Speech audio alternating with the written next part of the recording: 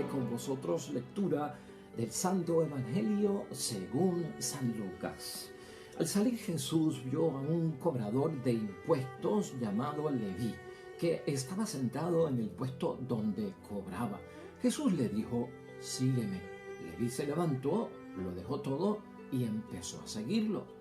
Leví le ofreció un gran banquete en su casa y con ellos se sentaron a la mesa un buen número de cobradores de impuestos y gente de toda clase. Al ver esto, los fariseos y los maestros de la ley expresaban su descontento en medio de los discípulos de Jesús. ¿Cómo es que ustedes comen y beben con los cobradores de impuestos y con personas malas? Pero Jesús tomó la palabra y les dijo: no son las personas sanas las que necesitan médico, sino las enfermas. No he venido para llamar a los buenos, sino para invitar a los pecadores a que se arrepientan. Lo proclamado, hermanos y hermanas, es palabra del Señor. Gloria a ti, Señor Jesús.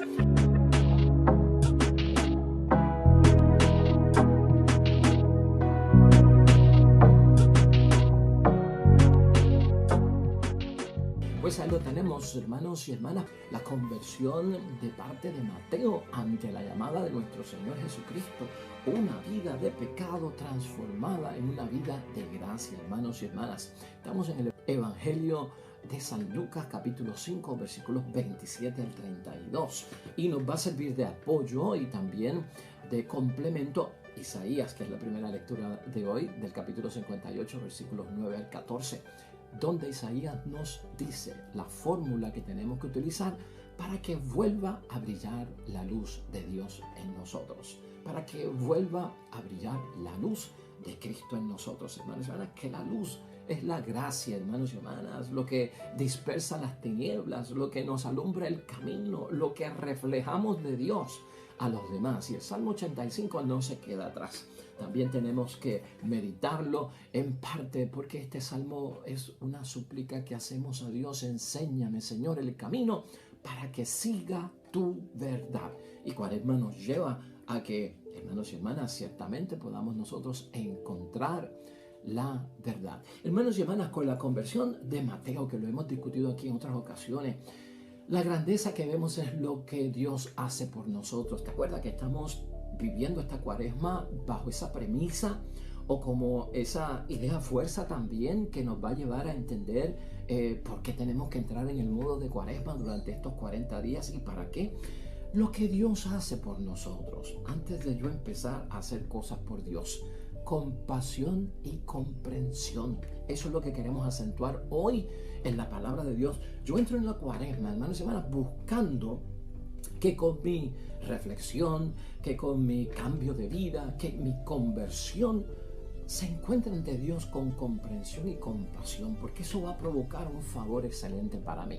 Cuando yo era pequeño, hermanos y hermanas, en una ocasión mi madre tenía en la sala pues una mesa, y en la mesa tenía una artesanía, hermanos y hermanas, de un elefante bastante grande, con su pañito tejido. Aquel elefante en porcelana significaba que había que tener cuidado. Pues yo me descuidé y estaba jugando con una pelota en la sala y, hermanos y hermanas, la bola le ha dado al elefantito aquel de porcelana y adivina qué, se rompió, cayó en el piso y desde luego el ruido llamó la atención de mi madre. Yo con mi bola frente a aquella estatuita rota, no tuve escapatoria. Mi madre vino. Y cuando uno es pequeño y pasaban estas cosas, en los tiempos de mi infancia, hermanos y hermanas, había correa, había castigo, había reproche, había un montón de cosas. Y eso era lo que yo esperaba. Pero en aquella ocasión, pues no sé qué pasó, que mi madre me miró, porque yo estaba, hermanos y hermanas, muerto de miedo. Pensé que venía el peor de los castigos. Y yo miré a mi madre y le dije: el elefante se cayó y se rompió. Y mi madre me miró y se echó a reír y me dijo: el elefante lo tumbaste tú y lo rompiste tú. Esa es la verdad. Vamos a recogerlo. Hermanos y hermanas, ¿sabes por qué te señalo eso? Porque hubo comprensión y hubo compasión de parte de mi madre. No ocurrió lo peor, porque yo me quedé allí y estuve allí para enfrentar la situación. De eso se trata, hermanos y hermanas. Si vemos la Cuaresma con el fallo que yo haya cometido, yo me encuentro como pecador y la Cuaresma la aprovecho para hacer mi examen de conciencia y estar bien con Dios. Pues hermanos y hermanas, con la bendición que yo he recibido de parte de Dios por su amor, por su comprensión, por su perdón, porque olvida, porque me da una nueva oportunidad, porque es un Dios de posibilidades, porque tiene misericordia. Hermanos y hermanas, yo me siento pues que ahora sí que puedo echar hacia adelante. Ahora sí que de veras pues puedo volver a empezar con la gracia y la aprobación de Dios.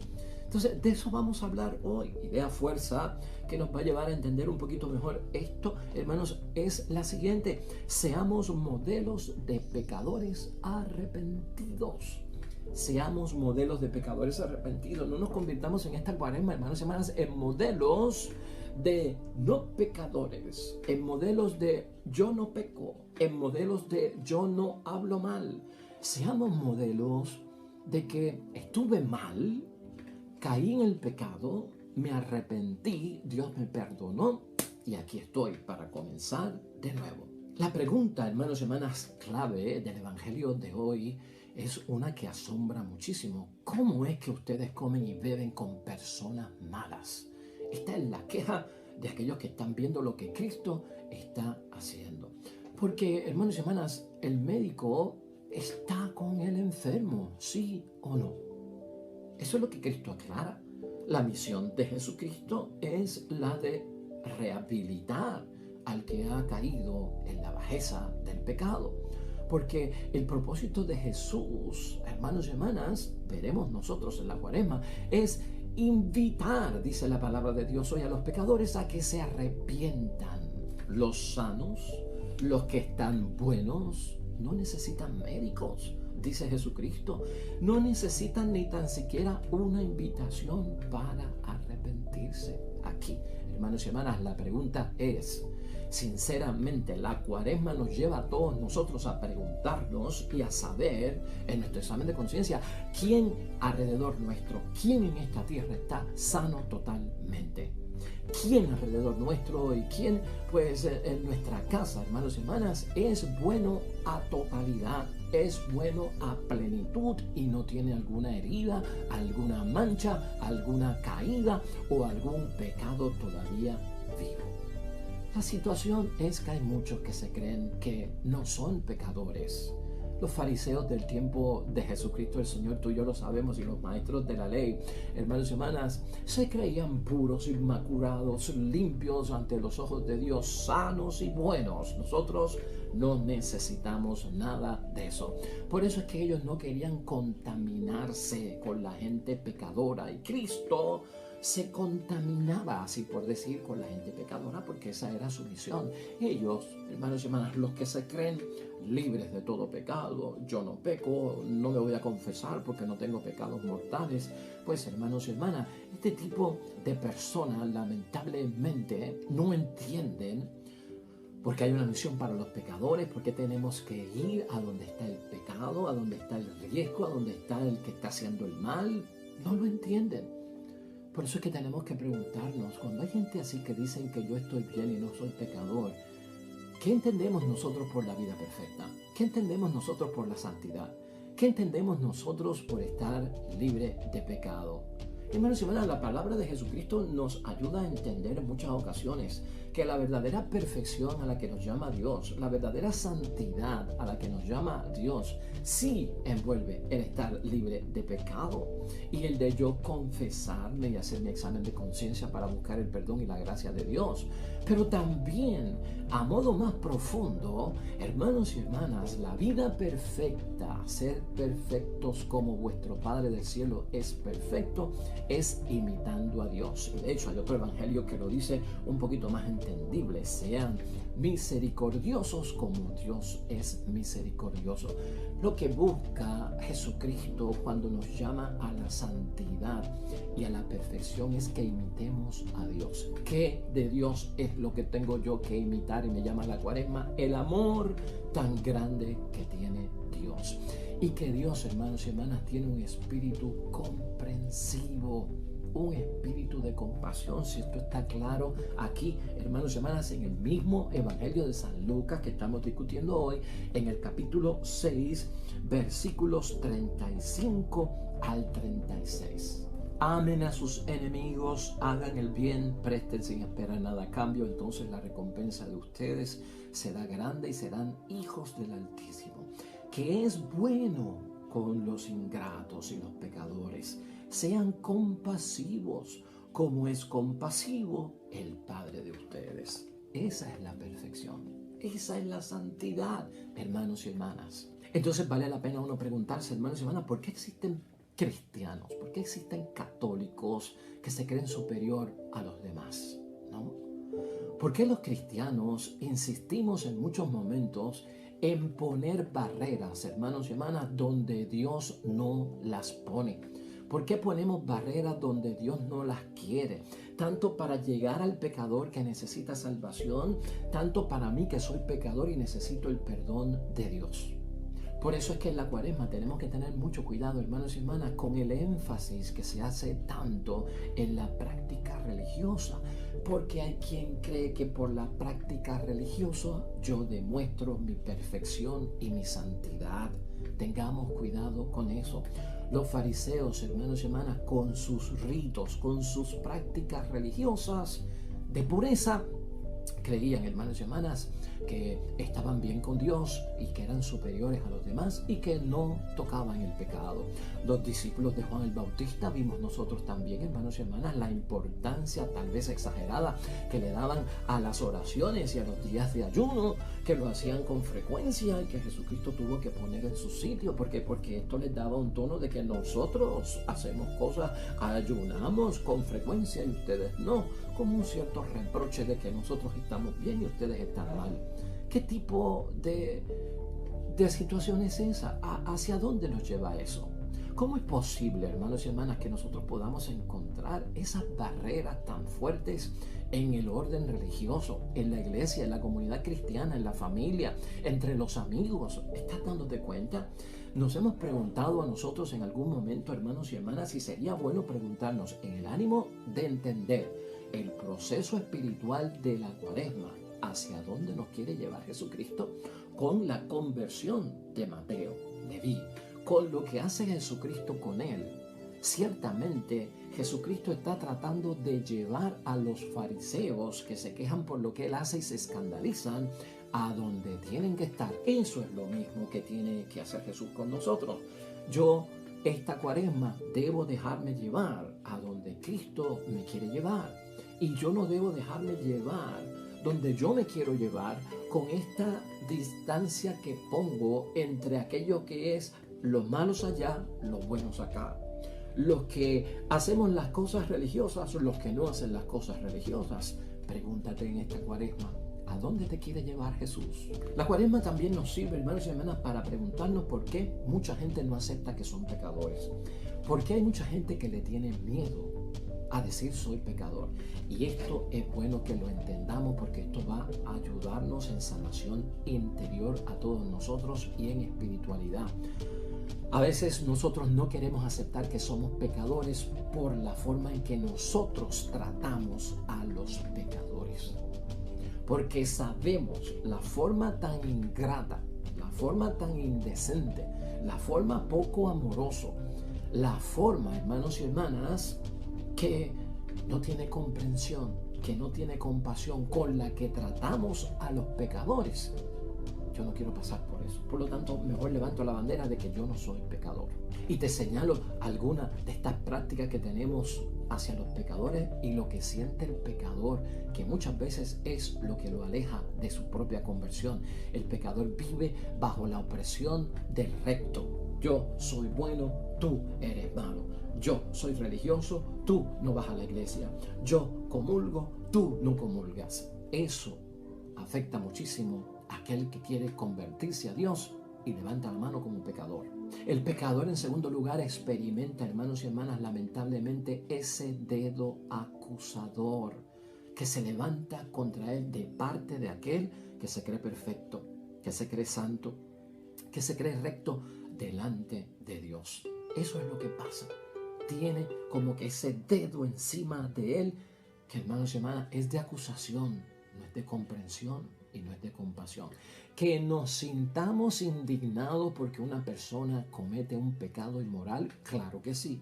No estamos cambiando una cosa por lo otro. Yo me tengo que sentir indignado cuando hago el mal, y la gente que me conoce a mí se tiene que sentir indignada cuando yo hago algo malo. Pero la indignación no se puede confundir con el reproche, con el que yo soy superior a ti, con la venganza, con el señalamiento. Nada de eso se puede esconder en la indignación. La indignación por el mal que hago yo debe llevar a la otra persona a auxiliarme, a salvarme, a convertirme, a acercarme a la casa de Dios, a recibir la bendición de Dios. Y prácticamente todo eso es lo que nos recuerda la primera lectura de hoy, hermanos y hermanas, de Isaías 58, versículos 9 al 14. Pero por el contrario, hermanos y hermanas, esa no es la misión. Y eso es lo que sabemos. Esa no era la misión de Cristo, hundir más a la persona. Y esa tampoco es la misión nuestra. ¿Acaso nosotros podríamos acusar, hermanos y hermanas, estando saludable yo y sin un problema de enfermedad, a un médico de ir a ver a una persona que está enferma de una enfermedad contagiosa? ¿Sería yo capaz de preguntarle a un médico, oye, ¿por qué tú te metes a la casa de un enfermo que está contagiosa? Pues caramba, hermanos y hermanas, esa es su misión. ¿Qué hace el médico con los pacientes de SIDA? ¿Qué hace el médico con los leprosos? Pues, hermanos y hermanas, está allí para ayudarlos y para sanarlos. Isaías, en esa primera lectura, lo que nos recuerda es: aléjate de esa postura, aléjate de ese tipo de actitud. Esa no es la misión. Cuando yo me alejo de esa situación de que los malos están allá y los buenos estamos acá, y que los buenos no nos acercamos a los pecadores, cuando yo me alejo de eso, hermanos y hermanas, de esa postura, caigo en la misión de Cristo. Entiendo a Jesucristo nuestro Señor y entenderé lo que Dios va a hacer conmigo o lo que Dios va a hacer por mí. Dice Isaías con una frase poderosa: reconstruir las ruinas es la misión de Cristo. Lo que cayó en el fondo, lo que está arruinado. Él dice, Isaías, que lo que Dios hace por nosotros en ese sentido de haber caído nosotros en el pecado es restaurar nuestros senderos, levantar los cimientos que han caído, porque Dios es reparador de brechas. ¡Qué bendición! 4 frases poderosísimas, hermanos y hermanas, que no podemos olvidar en este tiempo, porque el mal, hermanos y hermanas, hemos dicho aquí, en muchos momentos no se acaba eliminando al pecador, sino salvándolo, sino rehabilitándolo. Así es que se acaba el mal. Ese propio Salmo 85 que tenemos hoy de meditación y reflexión nos recuerda, hermanos y hermanas, que el pecador como ser humano se siente pobre y desamparado ante Dios. Hay una aflicción en el pecador. ¿Por qué la pasamos por alto? ¿Por qué creemos que el pecador vive feliz en su pecado y que no va a tener arrepentimiento, que no va a tener conversión, que tiene una cara de lechuga, que lo que ha hecho no le ha causado cargo de conciencia? Hermanos y hermanas, ese salmo es buenísimo. Nos recuerda lo que nosotros vivimos también, porque nosotros somos pecadores y caemos en el pecado, ¿no? Uno se siente pobre y desamparado. No me hundas, por favor, levántame. Por eso quiere que Dios lo escuche. Dice el Salmo, yo quiero que Dios me escuche porque yo he pecado. Eso es lo que estoy buscando yo. Hay pecadores que están buscando al Señor, hermanos y hermanas, y yo me reconozco pecador porque lo quiero buscar. El pecador se siente indefenso. ¿No te has sentido tú indefenso cuando has caído en la desgracia del pecado? Yo me he sentido indefenso cuando he caído en la situación de pecado, y me urge, hermanos y hermanas, que alguien me proteja, que me proteja mi Dios, porque el pecador es también un feligres. porque el pecador es un hijo de Dios, porque el pecador es un hermano nuestro en Cristo. Cuando así lo vemos, nos daremos cuenta que el pecador, hermanos y hermanas, quiere y necesita salvación. Desea confiar en Dios nuevamente. Demos la oportunidad. Vamos a darnos a nosotros mismos la oportunidad diciéndole: Señor, he pecado contra ti. A manera de conclusión, hermanos y hermanas, la palabra de Dios hoy pues nos recuerda, dentro de todo lo que hemos visto, que Jesucristo llama a Leví, a Mateo, para que colabore con él. ¿Podrías tú ver en la Cuaresma que Él nos está llamando en este tiempo propicio para que nos convirtamos en su colaborador? Jesucristo, hermanos y hermanas, no se está fijando tanto en el historial de Leví y de Mateo, en su pecado. Los otros de afuera, sí. Sus pecados personales, Dios los conoce y Dios los sabe. Las situaciones complicadas que Él ha vivido, Dios las conoce. Igual con cada uno de nosotros. Pero a pesar de todo eso, del pecado que habita en mí, de que me alejé de Dios, eso no evita que Dios, hermanos y hermanas, se fije en mí. Pablo nos diría en 1 Corintios, versículo 1 al 27, para confundir a los fuertes ha escogido a los débiles a los ojos del mundo. Porque Dios quiere fortalecer al débil y eso confunde a muchos, ¿no? El que está en pecado, que llegue a la gracia de Dios. Tenemos nosotros, hermanos y hermanas, en el examen de Cuaresma y de conciencia, tenemos nosotros el expediente limpio. Vamos a buscar eso. Tenemos nosotros el expediente limpio, inmaculado, para servir a Dios. Pues si acaso no lo tenemos limpio, hermano, ¿sabes qué? No importa para Dios. En un sentido, no importa. Lo que busca Jesús es un corazón contrito y humillado, que nos ha recordado muy bien el Salmo 50 de la misericordia en estos días, que también ha salido para oración. De hecho, Pablo ahí abunda y nos dice en la Sagrada Escritura que todos pecamos y por lo tanto, como todos hemos pecado, todos necesitamos de la gracia de Dios. Dios nos ha escogido débil.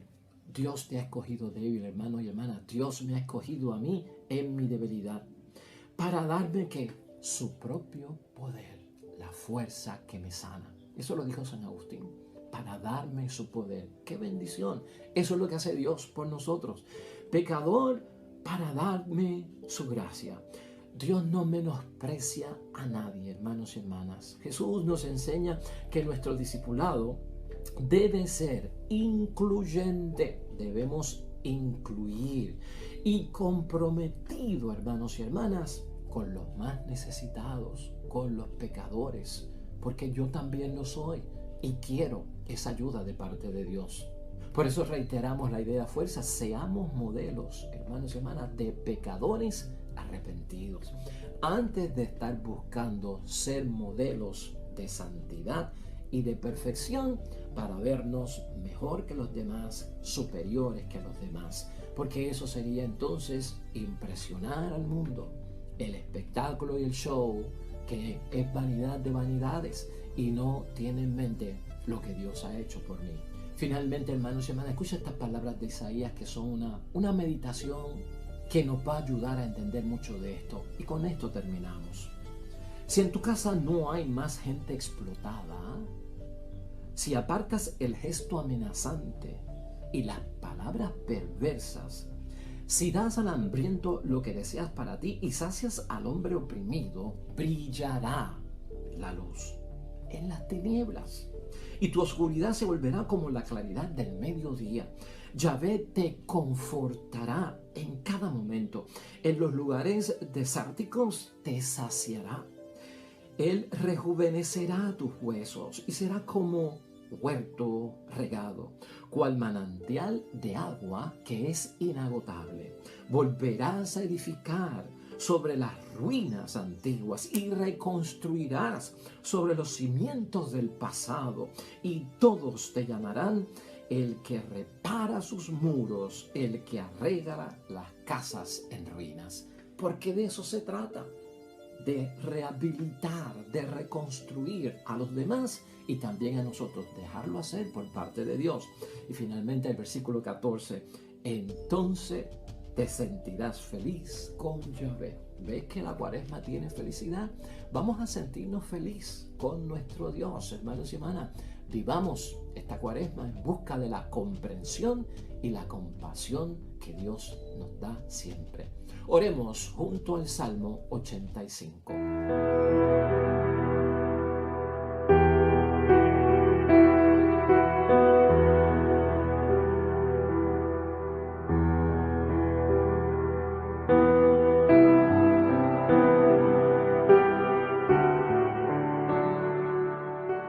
Amén y amén. Hermanos y hermanas, el Señor esté con vosotros. Su bendición de Dios Todopoderoso, Padre, Hijo y Espíritu Santo, descienda sobre ustedes y permanezca para siempre. De regreso mañana nosotros con un nuevo evangelio y nueva meditación y reflexión de la palabra de Dios. Todo cuanto hagas hoy junto a los tuyos, para la gloria y la honra de nuestro único Dios, te va a ir bonito, hermanos y hermanas, pero sobre todo serás bendecido.